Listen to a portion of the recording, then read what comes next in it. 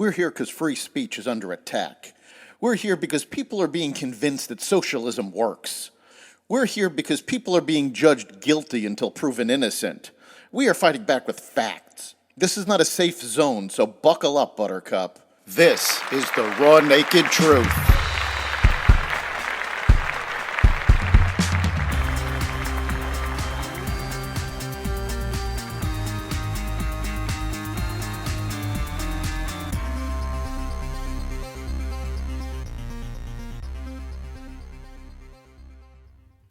Gotaways, gun violence, government oversight, and more. Welcome to the Raw Naked Truth. I'm your host, Eric Lopkin, and here's the news you need to know. At least 6 additional items, including documents marked classified, were found by the FBI this past week at the Wilmington, Delaware home of President Biden. Bob Bauer, the president's personal attorney, said that during the 13-hour search, which took place on Friday, DOJ took possession of materials it deemed within the scope of its inquiry, including 6 items consisting of documents with classification markings and surrounding materials, some of which were from the president's service in the Senate, and some of which were from his tenure as vice president. White House sources told NBC News that the search was prompted not by the FBI, but at the behest of the Biden administration itself. The term items could mean that those 6 items included boxes with unknown numbers of documents in them. Meanwhile, the U.S. Justice Department resisted calls for oversight and said it is unlikely to share information with House committees about any ongoing investigations, according to a letter obtained by multiple outlets. Long-standing department policy prevents us from confirming or denying the existence of pending investigations in response to congressional requests or providing non-public information about our investigations, a DOJ official wrote. The letter came in response to requests from the GOP-led House and House Judiciary Chairman Jim Jordan to receive information on a variety of investigations, ranging from the DOJ's probe into Hunter Biden, as well as the ongoing investigations into the handling of classified documents by both President Biden and former President Donald Trump. It's important to remember that the DOJ has been proven to have lied to judges to obtain FISA warrants during their investigations of Trump, and oversight is required.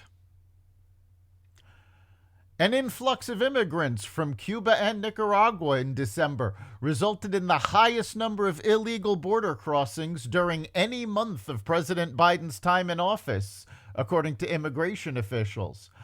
The massive wave of migrants reportedly occurred just prior to Biden signing legislation on January 5th to try and deter these illegal crossings. Officials said they stopped illegal crossings along the U.S.-Mexico border 251,487 times in December, a 7% increase from the 234,896 people stopped in November, and a 40% jump from December 2021. Cubans were stopped 43,000 times, and Nicaraguans were stopped more than 35,000 times, according to the data. Meanwhile, U.S. border agents have confirmed that 1.2 million illegal migrants got away from authorities while crossing the border under President Biden's administration. The U.S. Customs and Border Protection, CBP, sources said they tracked hundreds of thousands of migrant encounters at the U.S.-Mexico border every month, but that stat does not include the number of known gotaways or migrants who were detected by authorities but not apprehended. Since Biden entered office in January 2021, border crossings have exploded, and at least 1.2 million migrants successfully evaded authorities. The first half of Biden's 4-year term saw monthly border encounters rise from 101,000 in February 2021 to 251,000 in December 2022, according to CBP stats. Biden visited the border for the first time in his presidency in early January, but many border agents argued it was too little too late. The border crisis has drawn even staunch Democrats like New York City Mayor Eric Adams to criticize Biden's handling of the issue. Despite having the toughest gun control laws in the United States, at least 10 people were killed and 10 more injured during a mass shooting in a Los Angeles area ballroom dance club Saturday night, according to the Los Angeles County Sheriff's Department. The incident occurred in the LA neighborhood of Monterey Park around 10:30 p.m. when a gunman opened fire in the club following a celebration of the Chinese Lunar New Year. Police said the conditions of those injured ranged from stable to critical, but no further details have been provided. The suspect remains at large in what is one of the deadliest mass shootings in the history of California. The shooting was already the 5th in the U.S. this month.